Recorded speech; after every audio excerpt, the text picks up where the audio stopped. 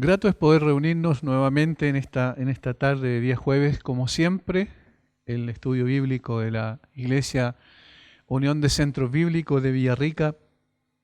Nos gozamos en el privilegio que tenemos de poder ir a su palabra en cualquier momento, poder ser expuestos a ella, poder ser confrontados también y poder, por supuesto, y sobre todas las cosas, ser transformados por la gracia de Dios a través de su palabra. El apóstol Pablo escribe a los Corintios en su segunda carta, en el capítulo 2, versículo 5, capítulo 2 Corintios 5, versículo 15, quiero decir, y les dice lo siguiente respecto al Señor Jesucristo: y por todos murió, para que los que viven ya no vivan para sí, sino para aquel que murió y resucitó por ellos.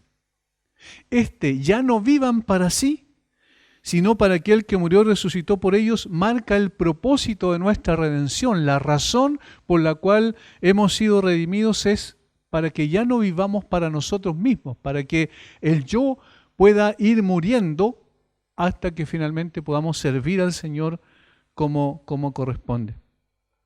Desde que la gracia de Dios descendió sobre cada uno de nosotros para salvación, nos transformamos en siervos del Señor desde ese mismo momento. Y nuestra vida se transforma en un instrumento en las manos del Señor para servir en su obra. Esta misma verdad se encuentra en Romanos capítulo 6, versículo 22, donde el apóstol Pablo dice: mas ahora que habéis sido libertados del pecado y hechos siervos de Dios, tenéis por vuestro fruto la santificación y como fin la vida eterna. Libres del pecado, pero libres para servir al Señor. Libres del yugo opresor del pecado, pero libres para honrar al Señor por medio de nuestra vida. No se puede evadir esta realidad. Somos salvados para servir, no circunstancialmente, sino permanentemente, en todo momento. Esa es la clara enseñanza de la Biblia. Ninguna excusa es suficiente para evadir esta gran responsabilidad que brota de nuestra gratitud y amor por el Señor al considerar la gran obra que Él hizo en favor nuestro, la manifestación de su gracia, su misericordia por la cual nos concede el perdón de nuestros pecados.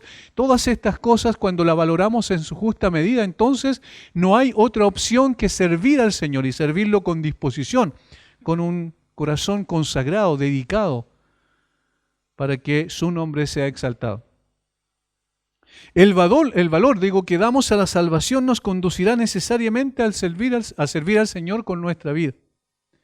Y esto es importante aclararlo, no es prerrogativa exclusiva de quienes hemos sido llamados a un ministerio específico en relación al trabajo en la obra. Es responsabilidad de todos y cada uno de los creyentes. Es una de las cosas que cuesta a veces entender en términos congregacionales. Cada uno de los hermanos debe ser consciente de esto. Ha sido salvado para servir, ha sido redimido para honrar a su Señor con su vida integralmente. Este es el cuadro precisamente que pinta Lucas en su Evangelio, al presentar en unas pocas líneas la vida de una mujer anciana que, no obstante su edad, dedica su vida precisamente a servir al Señor. Al igual que Simeón, Ana es destacada en estos pocos versículos como una persona consagrada al servicio de su Señor. Su belleza interior destaca en cada palabra que usa Lucas para describirla. Son unas pocas frases, son 3 versículos apenas. Sin embargo, el hecho de que haya quedado registrado en la palabra de Dios nos indica que el Señor quiere también enseñarnos algo a nosotros en el día de hoy a través de lo que dice respecto de esta mujer. Esta es la tercer testigo que hay ahí en el capítulo 2, versículo 21 al 38 de Lucas. Los primeros que vimos fue la obediencia y la sumisión a la ley de parte de José y María, que llevaron al Señor Jesucristo para que cumpliera las prerrogativas de la ley y que en función de eso también entonces iba a ser importante para que pudiese redimir a todos los que estábamos condenados por esa misma ley. Luego, en segundo lugar, vimos a Simeón. Simeón como aquella persona especial que el Señor escogió en una forma soberana para poder revelar en él a la persona de su Hijo, para darle una visión que trasciende las cosas visibles, para ver en aquel niño pequeño, no simplemente un niño, sino la misma salvación del Señor envuelta en un ser humano pequeño y frágil como es un niño.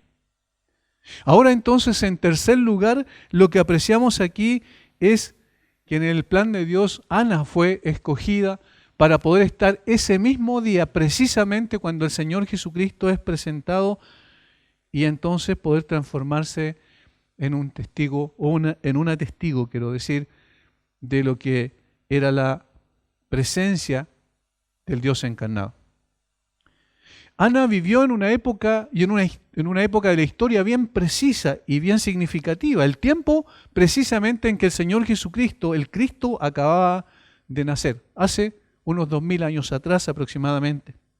Era ya anciana, tenía más de 84 años. Algunos interpretan de dos formas estos 84 años que aparecen allí y dicen que lo más probable, algunos dicen que lo más probable es que ella tenía más de 100 años.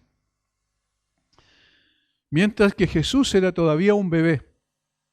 Su cabello era probablemente blanco, su piel arrugada, tendría pocos dientes y estaría encorvada. Esas son las características propias de una persona de esa edad, de tal manera que en términos externos no había ningún atractivo en ella.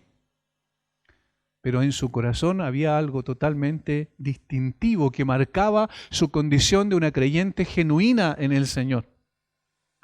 Sobrevivió lo suficiente para ver al Salvador venir al mundo desde el cielo, algo que Dios había prometido desde el mismo principio, como hemos visto de Génesis 3:15 en adelante, y que había sido establecido este plan en la eternidad pasada, como bien sabemos.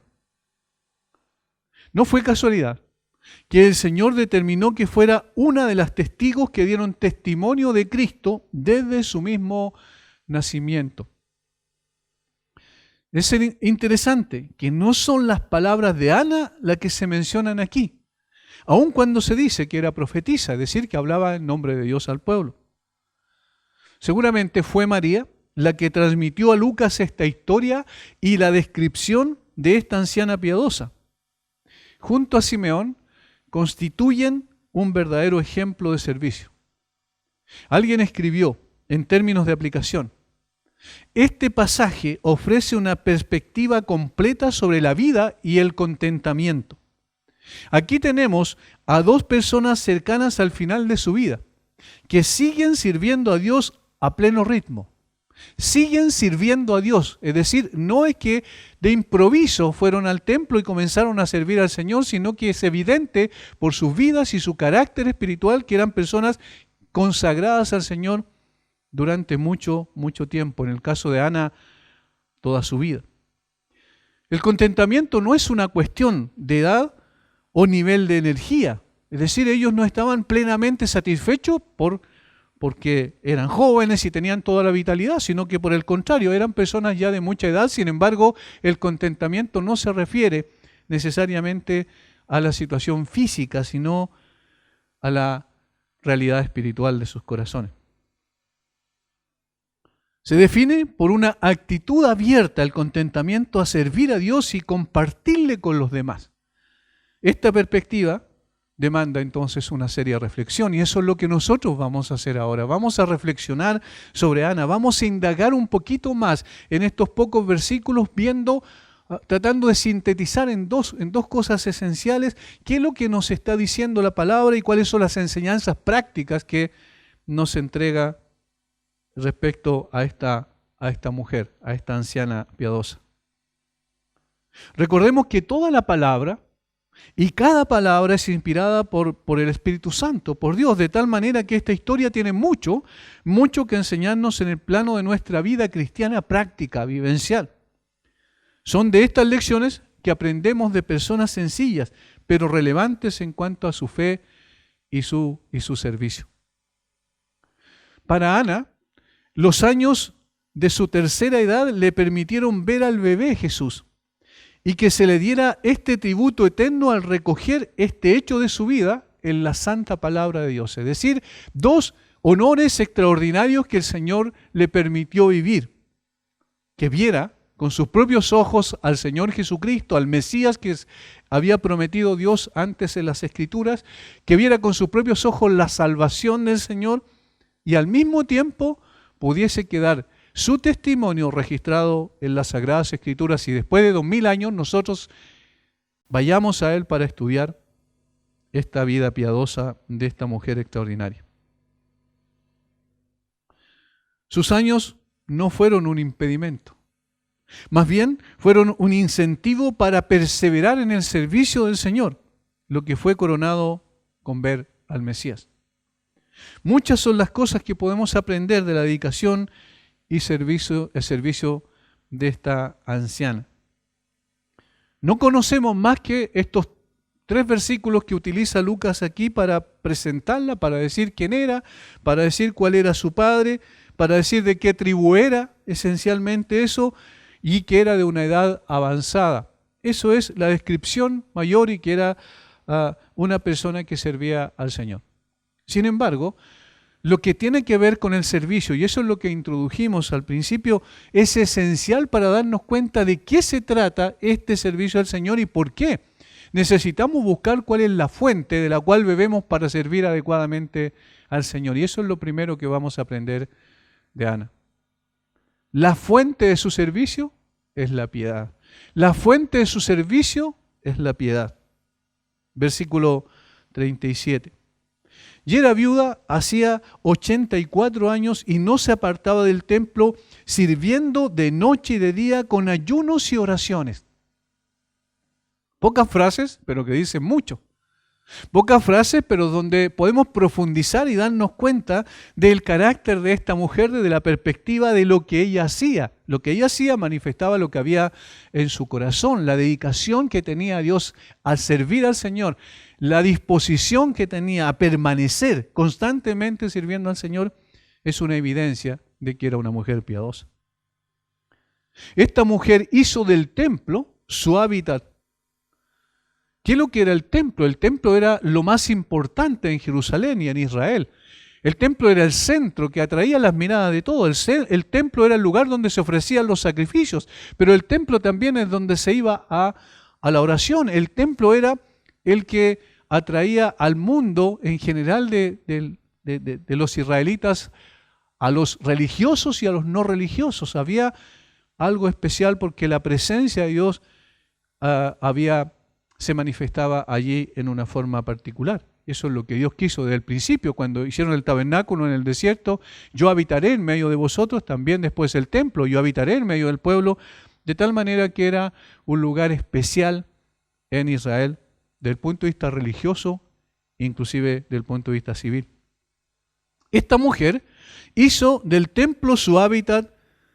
Todo el tiempo estuvo allí. Noten versículo 37. Y era viuda hacía 84 años y no se apartaba del templo. No se apartaba del templo. Todo el pueblo acudía al templo para las frecuentes festividades. Y estaba Ana siempre allí, en ese lugar. Pero no para que otros pudieran ver su piedad o cuán religiosa era o cuán efectiva era su religión, sino porque había determinado en su corazón servir al Señor, y allí dice, de día y de noche. Había determinado servir al Señor de día y de noche. Era una mujer que tenía un alto concepto de Dios, y por el hecho de tener un alto concepto de Dios, era una persona que estaba dispuesta a servir al Señor en una forma permanente, no circunstancialmente. Esta perseverancia y dedicación no es posible encontrarla en una persona cuya fe es superficial. Es imposible encontrar que una persona cuya fe es superficial esté dispuesta a servir al Señor de esa manera, en una forma constante. Es evidente, por tanto, que la fuente de su servicio estaba en su profundo conocimiento de Dios. La fuente de su servicio estaba en su profundo conocimiento de Dios.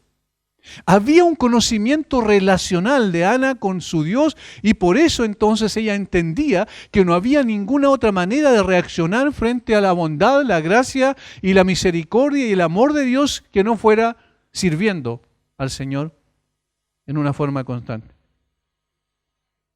No se puede, bien sabemos, conocer a Dios sino amarlo y no servirlo. Estas cosas van de la mano. El conocimiento de Dios nos ayuda a ver la grandeza, la gloria, las perfecciones de su carácter, sus atributos y su bondad para con nosotros. Y entonces la reacción natural es que nosotros nos enamoramos de Dios porque, como dice Juan, Dios nos amó primero. Y entonces lo que viene como consecuencia de ello es que le decimos, como Pablo, Señor, ¿qué quieres que yo haga? Y eso es lo que esta mujer hizo. Determinó servir al Señor porque conocía a quien estaba sirviendo. ¿Qué nos dice esto? Que la piedad es la fuente de toda dedicación y consagración al Señor. ¿Qué podemos aprender de ella? Y lo primero que mencionamos, y todo tiene que ver con el servicio, dijimos recién que el creyente fue salvado precisamente para servir al Señor, como una reacción natural, como una consecuencia lógica de su gratitud al Señor por lo que el Señor hizo por él. Lo primero que vemos respecto de Ana es que la fuente de su servicio fue la piedad. La fuente de su servicio era la piedad. Eso dice en el versículo 37. Y era viuda hacía 84 años y no se apartaba del templo, sirviendo de noche y de día con ayunos y oraciones. Esta mujer hizo del templo su hábitat, iba permanentemente allá. De hecho, algunos teólogos dicen que lo más probable es que ella vivía ahí, en algún tipo de recámara que había en el templo, ella vivía allí, es decir, pernoctaba ahí constantemente, estaba en ese lugar. Todo el pueblo acudía al templo para las frecuentes festividades. Ana estaba siempre allí, no se apartaba del templo. Pero no para que otros pudieran ver su piedad, sino porque había determinado en su corazón servir al Señor, día y noche, es decir, en forma permanente, constante, no circunstancialmente, no solo cuando había algún tipo de festividad nacional, no solo cuando había algún tipo de fiesta judía que se juntaban los varones a celebrar la fiesta, sino siempre, constantemente. Esta perseverancia y dedicación no es posible encontrarla en una persona cuya fe es superficial. Es evidente que la fuente de su servicio estaba en su profundo conocimiento de Dios. Porque no se puede conocer a Dios sino amarlo y no servirle. Es decir, en la medida en que vamos conociendo el carácter, los atributos de Dios y su obra en favor nuestra, necesariamente entonces nos enamoramos del Señor y estamos dispuestos en consecuencia a entregarle o consagrar nuestra vida para servirlo. La piedad es la fuente de toda dedicación y consagración al Señor. Seguramente desde joven Ana conoció al Señor y desarrolló su amor por Él a lo largo de los años, donde fue madurando todavía mucho más su piedad. Ana era piadosa y mortificada. Esto no se explica solo por la ancianidad como si fuese un último recurso cuando se van desmoronando las ilusiones humanas y ya solo queda la religión. De hecho, no es infrecuente que los ancianos se quejen mucho de sus dolores y les cuesta aceptar las penas de la vejez, porque cuando se van acumulando los años van llegando también mucho más todavía las enfermedades y las aflicciones. Y por consecuencia se puede asumir una actitud derrotista de la perspectiva de que ya no sirven para hacer muchas cosas y en consecuencia no son capaces entonces de poder aceptar adecuadamente esa condición. Pero Ana perseveraba en la oración. El hecho de que Ana seguía orando, seguía ayunando, seguía sirviendo al Señor en el templo, era una evidencia de que la edad no es un impedimento en absoluto, como lo vamos a ver enseguida. Esta perseverancia solo se explica por la solidez de su piedad. Agustín dijo, el principio de la piedad es tener un concepto altísimo de Dios.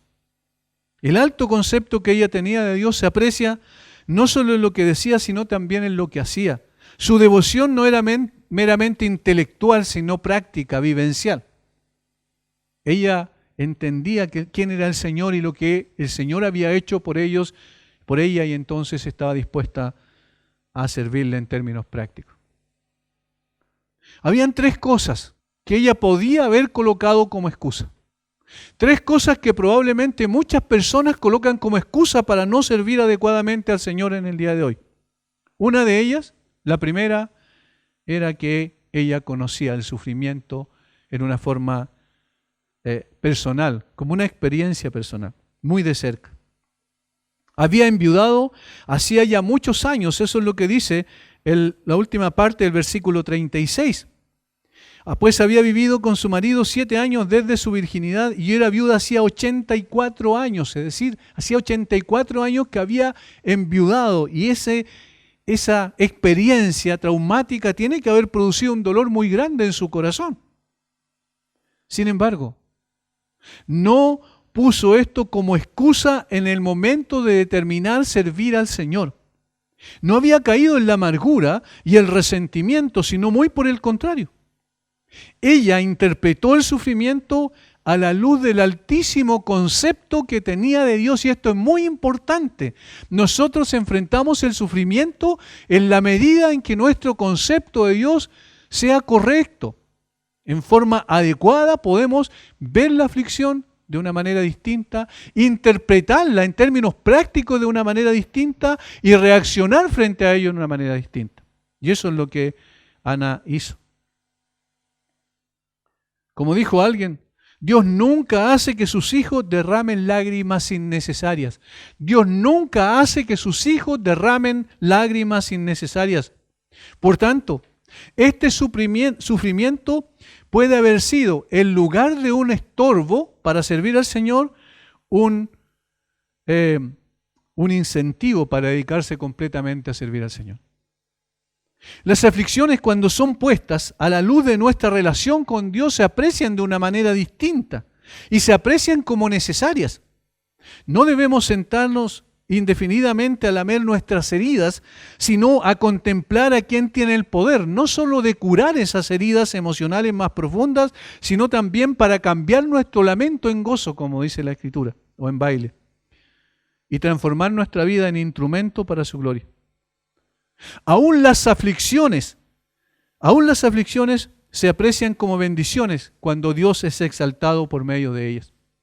Aún las aflicciones se aprecian como bendiciones cuando Dios es exaltado por medio de ellas. Cuando nuestro servicio al Señor se purifica, cuando nuestro servicio al Señor se acrecienta, cuando nuestra consagración y dedicación al Señor se hacen mucho más evidentes. Esta anciana nos enseña que la piedad no está exenta de aflicción y sufrimiento, sino que lo incluye. Y es la manera en que reaccionamos ante estas situaciones dolorosas las que determinan dónde está realmente nuestro corazón. El de Ana estaba en el Señor, sin duda. Y fue un incentivo para dedicarse completa e íntegramente a servir a su Dios. Y esto es muy importante que nosotros lo entendamos en términos prácticos, lo pongamos en evidencia a través de nuestra vida. No hay excusa. El sufrimiento y la aflicción no es excusa. Hay personas que han quedado lisiadas por una situación de algún accidente grave y no obstante han dedicado su vida a servir al Señor. Hay personas que lo han perdido todo y no obstante han dedicado su vida a servir al Señor. Las aflicciones y el sufrimiento, cualquiera que sea, debe ser, cuando lo vemos a través de la perspectiva del carácter de Dios, del propósito y el plan de Dios, debe ser un incentivo para servir al Señor y no un estorbo para no hacerlo. El Señor me ha dado el privilegio de conocer a personas así. Sus vidas hasta el último momento, personas ancianas, sus vidas hasta el último momento que estuvieron en esta tierra dieron testimonio de su amor por el Señor, de su confianza en Él y de su servicio por medio de la oración de intercesión por otros. Esa es una de las cosas que uno pudo palpar a través de las visitas que le hacíamos cuando estaban experimentando sus aflicciones y ya el último tiempo que pasaban en esta tierra. Ancianas que manifestaron realmente dónde tenían puesta su mirada. Personas sencillas. En algunos casos, personas que no tenían preparación formal, es decir, eran analfabetas, pero con una piedad a toda prueba. Hermanas que me enseñaron más de lo que muchos libros que he leído no han sido capaces de enseñarme. Es la vida de gente sencilla, Es la vida de gente que tiene quizás un conocimiento más limitado desde el punto de vista intelectual, no obstante tienen un gran corazón, saben las cosas esenciales de la fe, pero es una fe vivencial. Es una fe que se transmite a través de lo que ellos viven y la manera en cómo enfrentan las aflicciones y el sufrimiento. Humildad, devoción, oración, amor, afecto fraternal, todas estas cosas aparecen de una manera preciosa en el carácter de esas personas. Ana tampoco puso excusa. Esto es lo segundo. Tampoco puso como excusa el hecho de no poder realizar algunos oficios que eran dados por Dios solamente a los varones. Como se aprecia hoy en el caso de mujeres que viven resentidas por no poder realizar las funciones dentro de la iglesia que ellas piensan que deben realizar o que tienen derecho a realizar cuando la Biblia dice claramente que fueron asignadas a los varones. Por ejemplo, Ana no podía ser sacerdote. No podía ofrecer sacrificios en el altar, como sí lo podían hacer los hombres y los varones judíos. No podía tener hijos y educarlos para adorar al Dios verdadero porque había quedado viuda desde muy temprano. No podía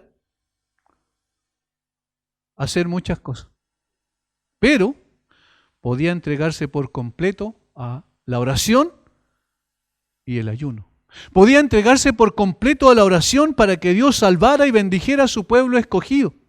Y es exactamente lo que hacía.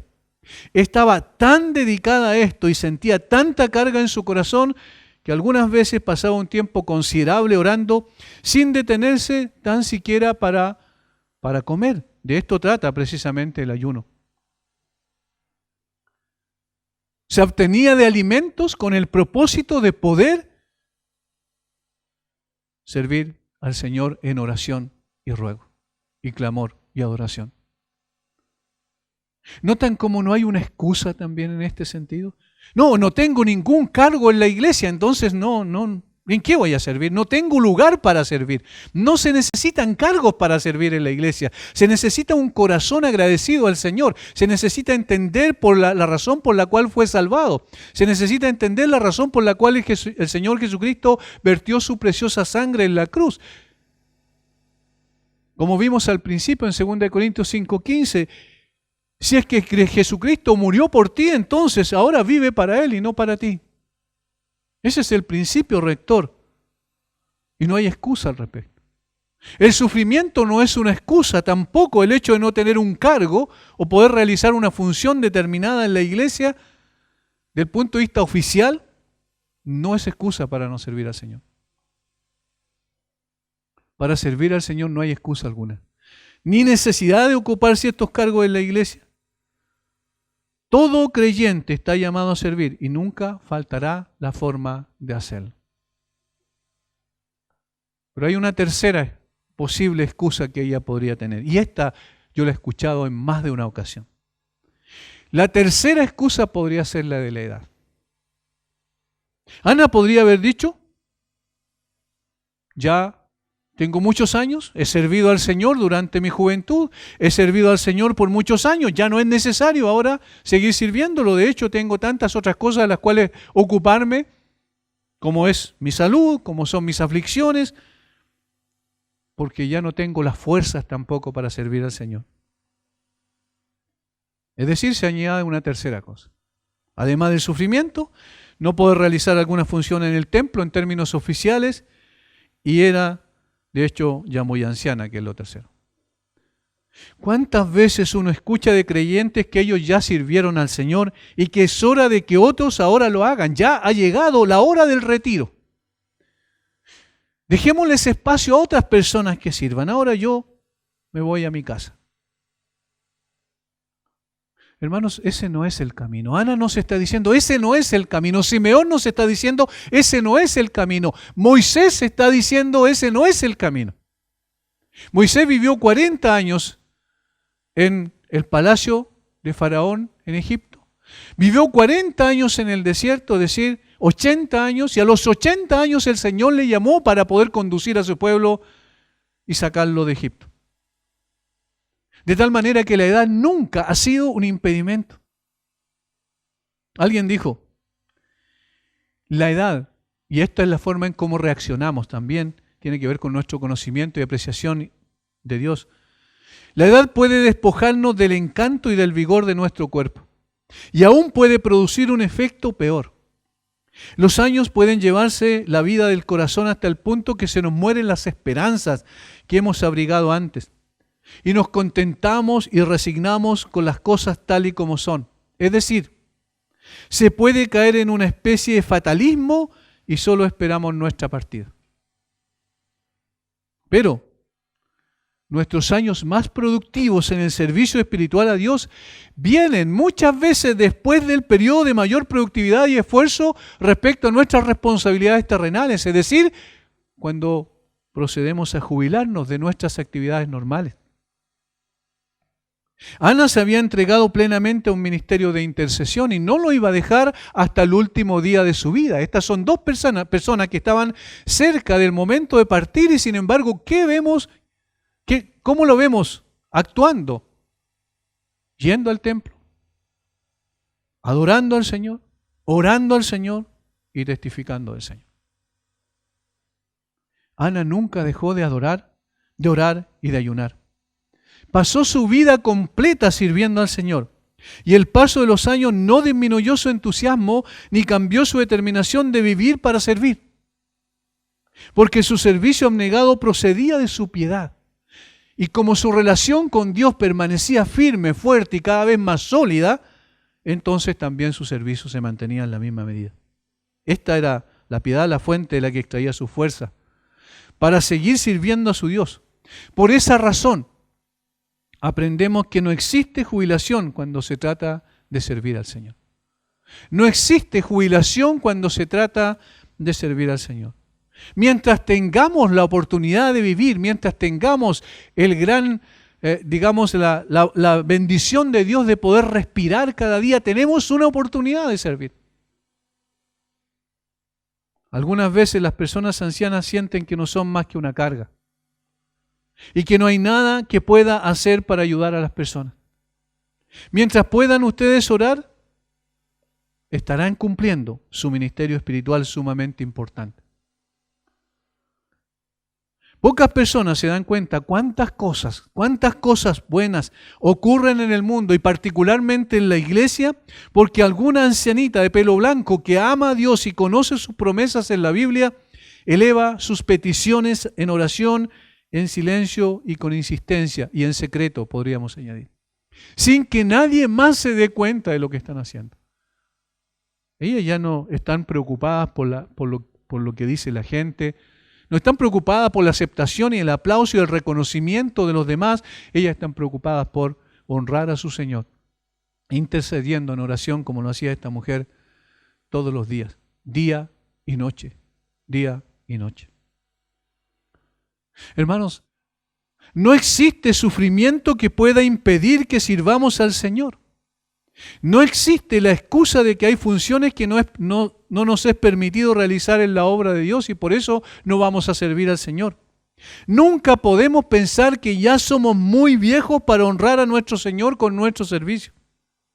Porque la fuente de la cual mana nuestro servicio es nuestra relación con el Señor que murió y resucitó por nosotros. Y como esa relación nunca se perderá, tampoco nuestra dedicación a servirlo. Vivimos para servir. Vivimos para servir. Eso es lo que debe estar en nuestro ADN como creyentes. Cuando fuimos regenerados por el Señor, entonces también vamos trayendo en nosotros la imagen del que nos regeneró y en consecuencia traemos también esta disposición a honrar y servir a nuestro Dios como Él se merece.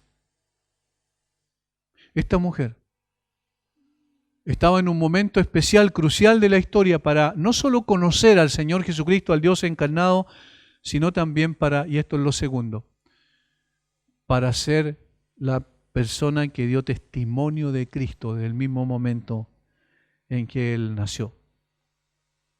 Lo segundo es el objeto de su testimonio. Lo primero era la fuente de su servicio, que era la piedad. Lo segundo es el objeto de su testimonio, es Cristo, versículo 38. Esta, presentándose en la misma hora, daba gracias a Dios y hablaba del niño a todos los que esperaban la redención en Jerusalén. Presentándose en la misma hora contextualmente está hablando del tiempo cuando Jesús fue presentado en el templo, daba gracias a Dios y hablaba del niño a todos los que esperaban la redención en Jerusalén. La piedad de Ana fue recompensada ampliamente. Cuando se entera de las palabras de Simeón, reacciona con fe. No consta que fuese una acción extraordinaria del Espíritu Santo en el texto bíblico mismo, pero alguna inspiración divina debió darse en ella. Es decir, el Señor obró en ella para mostrarle que el niño que estaba allí, del cual hablaba Simeón, era efectivamente el Mesías prometido. La alegría que experimenta la lleva a manifestar en voz alta su contentamiento por el descubrimiento, por entender que el niño que estaba allí era el Mesías que Dios había prometido y que ellos esperaban con tantas ansias, con tanta disposición y expectativa constante de que viniera y pudiese obrar como había sido prometido por Dios. Quien persevera en la piedad y en el servicio de Dios es un instrumento en las manos de Dios para que Dios a través de ellos hagan grandes cosas. Como Simeón y Ana se convirtieron en instrumentos aptos del Espíritu Santo para dar a conocer a Cristo a los demás. Por insignificante que parezca su vida, a los ojos de los hombres, Dios se vale de estas personas sencillas para conceder muchos bienes a la humanidad. Dios se vale de aquellos que están ocupados en sus negocios para tomarles como instrumentos. Una de las cosas que uno aprende en la Biblia, que Dios nunca llama ni usa a los ociosos e indiferentes. Nunca llama a los ociosos e indiferentes. Ana estaba todos los días en el templo elevando sus oraciones y expresando su adoración al Señor. Y Dios en su gracia la escogió para que diera testimonio de su Hijo. Si nosotros vamos al libro de los Hechos, al capítulo 13, un capítulo muy conocido porque allí comienza el primer viaje misionero de Pablo y Bernabé, notamos a quiénes escogió el Espíritu Santo. Hechos 13, 1 en adelante. Había entonces en la iglesia que estaba en Antioquía profetas y maestros, Bernabé, Simón, el que se llamaba Níger, Lucio de Cirene, Manaén, el que se había criado junto con Herodes el tetrarca, y Saulo. Ministrando estos al Señor. ¿Qué estaban haciendo? Estaban sirviendo al Señor, activamente en la obra. Ministrando estos al Señor y ayunando, dijo el Espíritu Santo: apartadme a Bernabé y a Saulo para la obra a que los he llamado. ¿A quiénes llama Dios? A quienes están involucrados en su obra. A quienes les da tareas específicas, a través de quienes Dios se manifiesta de una manera especial, a través de aquellos que están sirviendo al Señor, no de aquellos que están ociosos. Y Ana era una de estas mujeres que estaba activamente honrando a su Señor. Ana sabía, porque lo había meditado y lo había visto, que todas las cosas de este mundo son vanidad, tal como dice el autor de Eclesiastés. Vanidad son los placeres, vanidad la sabiduría humana, si se aparta de Dios, vanidad son los bienes. Y por eso se comprometía ella en una lucha sincera y total por la única esperanza que puede llenar los deseos del corazón humano, Dios mismo. Su esperanza se concreta en la espera del Salvador prometido de Dios, por Dios a Abraham, a Isaac y a Jacob. Y se manifiesta día y noche en la oración y el ayuno, lo que le hacía estar constantemente sirviendo al Señor con una expectativa de futuro era el hecho de la promesa. Ana esperaba la consolación de Israel igual como Simeón. Esperaba la gloria de su pueblo Israel y la esperanza de los gentiles. Años y años esperando la llegada del Mesías, sus oraciones y ruegos a Dios para que su promesa se tradujera en una realidad gloriosa, hasta que llegó ese momento tan esperado. Y no solo vino conforme a las promesas del Señor y la constante expectativa de Simeón y Ana, sino que transformó a ambos en testigos del Dios encarnado. Transformó a ambos en testigos del Dios encarnado. Las palabras de Simeón, que ya la hemos visto en detalle, lo que hacen es proclamar la grandeza y la gloria del Señor Jesucristo, además de profetizar cómo iba a ser un elemento de división, como vimos la semana pasada, y al mismo tiempo iba a recibir la persecución y la odiosidad más grande de los hombres. Ana, por su lado, cuando ve a la persona de Jesús, cuando sabe que el Señor Jesucristo es precisamente el Mesías prometido, entonces ella lo que hace, comienza a proclamar, comienza a decirle a todo el mundo quién era ese niño. Dios abrió su entendimiento para que lo reconociera.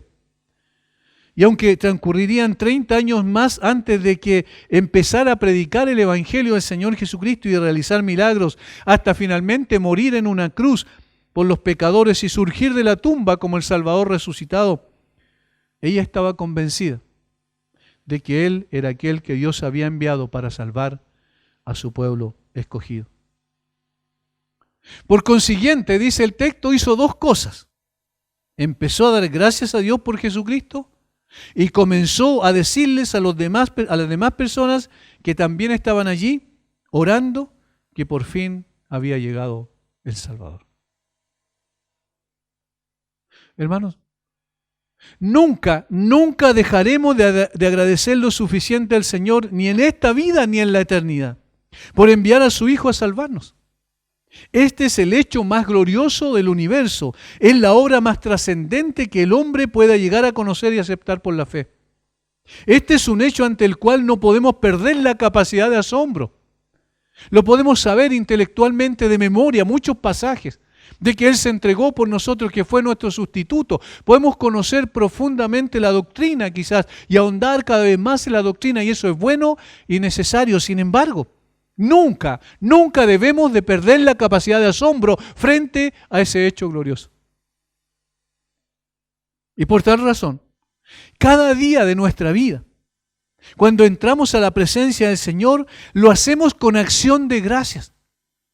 Nuestra gratitud más grande al Señor es por haber enviado a su Hijo, por darnos a Jesús, por enviar a su amado, para rescatarnos de la miseria en la cual nos encontrábamos por causa de nuestro pecado. La gratitud es algo que es inherente al corazón de un verdadero creyente.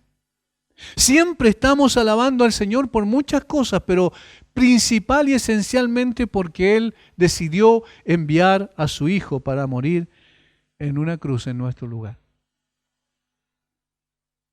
Y es la valorización adecuada de este hecho el que nos impulsa a testificar de Él.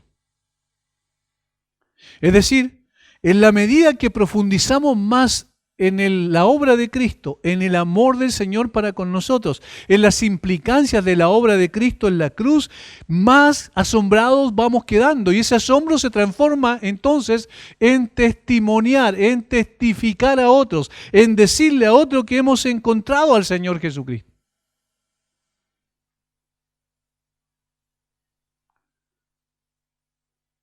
Ana dice, hablaba del niño a todos los que esperaban la redención en Jerusalén. No sabemos cuántos aceptaron este testimonio.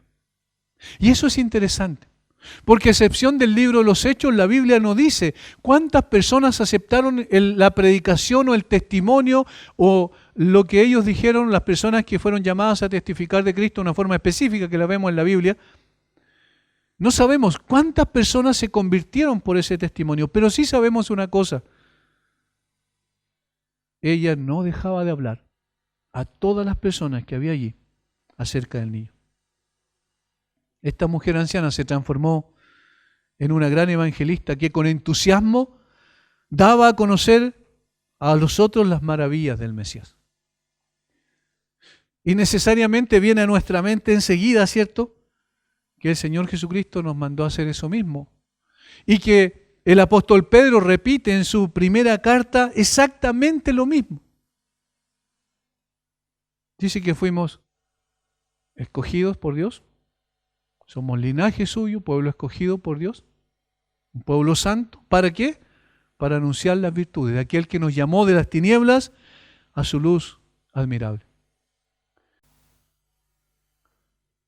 Cuando vienen situaciones como la que estamos viviendo, a veces uno ve que los creyentes hablan más de estas cosas que están sucediendo, como la pandemia y la expansión del virus y la gente que es infectada. Están hablando más de eso que de Jesucristo. Cuidado. No permitamos que la agenda de la iglesia sea dictada por la contingencia. Nunca debe ser así, porque la tarea de cada uno de los creyentes y la manera en que servimos mejor al Señor es proclamando las virtudes de Cristo.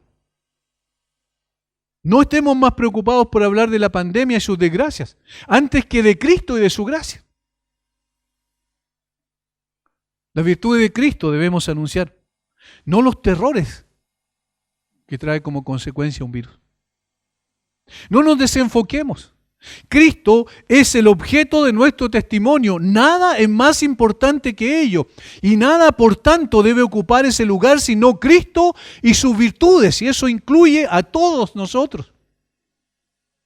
Eso incluye a cada uno de los creyentes. Nosotros no hablamos de nosotros cuando estamos con otras personas porque necesitamos hablarle de Cristo.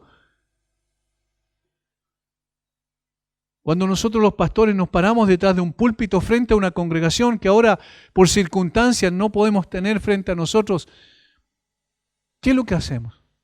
¿Para qué nos paramos detrás de un púlpito? ¿A qué nos llamó el Señor? A anunciar la virtud de aquel que nos llamó de las tinieblas a su luz admirable. No hablar de nosotros, no hablar de nuestras virtudes, entre comillas, sino hablar de Cristo, de su carácter, de su gloria, de su obra perfecta. Esta mujer hizo eso. Sencillamente, dice en unas pocas palabras Lucas, y hablaba del niño a todos los que esperaban la redención en Jerusalén. Hablaba del niño a todos.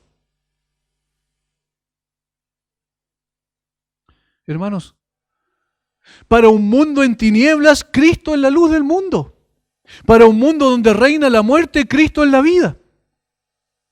Para una sociedad donde la mentira y el engaño gobiernan, Cristo es la verdad. Para un mundo que no sabe por dónde ni a dónde va, Cristo es el camino. Para una sociedad hambrienta, Cristo es el pan vivo que descendió del cielo. Para multitudes que están desamparadas y dispersas como ovejas que no tienen pastor, Cristo es el buen pastor que dio su vida por las ovejas. ¿De quién vamos a hablar entonces? De Cristo. Lo contingente pasa. Lo contingente es una oleada y se acabó. Pero Cristo permanece y la necesidad de Cristo en los corazones de los hombres sigue siendo una realidad. Entonces usemos todos los instrumentos que tengamos a mano, incluyendo las redes sociales, incluyendo los aparatos tecnológicos que el Señor en su gracia nos ha concedido. Usemos cualquier cosa para anunciar las virtudes de aquel que nos llamó de las tinieblas a su luz admirable. No perdamos tiempo haciendo otra cosa. Usemos el tiempo para honrar al Señor hablando de su grandeza, de su gloria, de su perfección y de su obra en favor de un mundo perdido. Queridos hermanos, si tenemos solo una oportunidad de hablar con alguien, no terminemos la charla o la conversación sin hablar de Cristo. Nada es más importante ni tan urgente, solo Cristo y sus virtudes. Nada es tan importante. El objeto de nuestro testimonio es Cristo, no es nuestra denominación. El objeto de nuestro testimonio es Cristo. Eso es lo que nos enseñan. Hablaba a todos del niño, un niño especial, un niño distinto, un niño que era la gloria de Israel y la esperanza de los gentiles.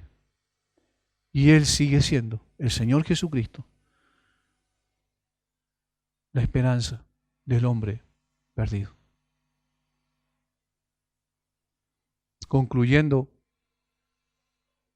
alguien dijo, el que no vive para servir no sirve para vivir. Tenemos vida gracias a Cristo, a lo que Él hizo por nosotros. Por tanto, no existe excusa alguna para no servir a Cristo. Es imposible pensar en una persona que nos haya hecho más bien que Jesucristo. Por lo que entonces debemos vivir para servir y honrar su santo nombre. Hemos de vivir para servir. Pues si vivimos, dijo Pablo, para Él vivimos, y si morimos, para Él morimos. Sea que vivamos o que muramos, del Señor somos. El apóstol Pablo inclusive dijo que aún en la muerte él esperaba que Cristo fuese glorificado, que fuese exaltado. Hermanos, no nos desenfoquemos. Apuntemos siempre a Jesucristo. Él es el objeto de nuestro testimonio. Así como la fuente de la piedad, la fuente de nuestro servicio es la piedad, es una reacción al conocimiento y la valorización que le damos al Señor y su obra. Así también el objeto de nuestro testimonio es Cristo y solamente Cristo. El Señor nos bendiga, nos capacite y nos dé el denuedo y el valor que requerimos para honrar a este glorioso Señor. Padre, una vez más te damos gracias a ti. Una vez más nos inclinamos delante de ti. Tú eres nuestro Señor. No tenías por qué venir a esta tierra, pero viniste a identificarte con nosotros y a ocupar nuestro lugar en una cruz para sacarnos de la condición en la que nos encontrábamos. Viniste, Señor, para transformarnos en instrumentos en tus manos, de tal manera que ahora, como el cuerpo y tú siendo la cabeza, podemos hablar de tus virtudes, de tu grandeza, de tu gloria, porque eso es lo único que podemos hacer si efectivamente te amamos y valoramos lo que tú hiciste por nosotros.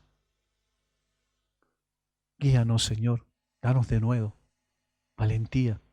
En medio de un mundo confundido podamos apuntar solo, exclusivamente hacia la persona gloriosa de Jesucristo, nuestro bendito Señor y Salvador, en cuyo nombre oramos. Amén.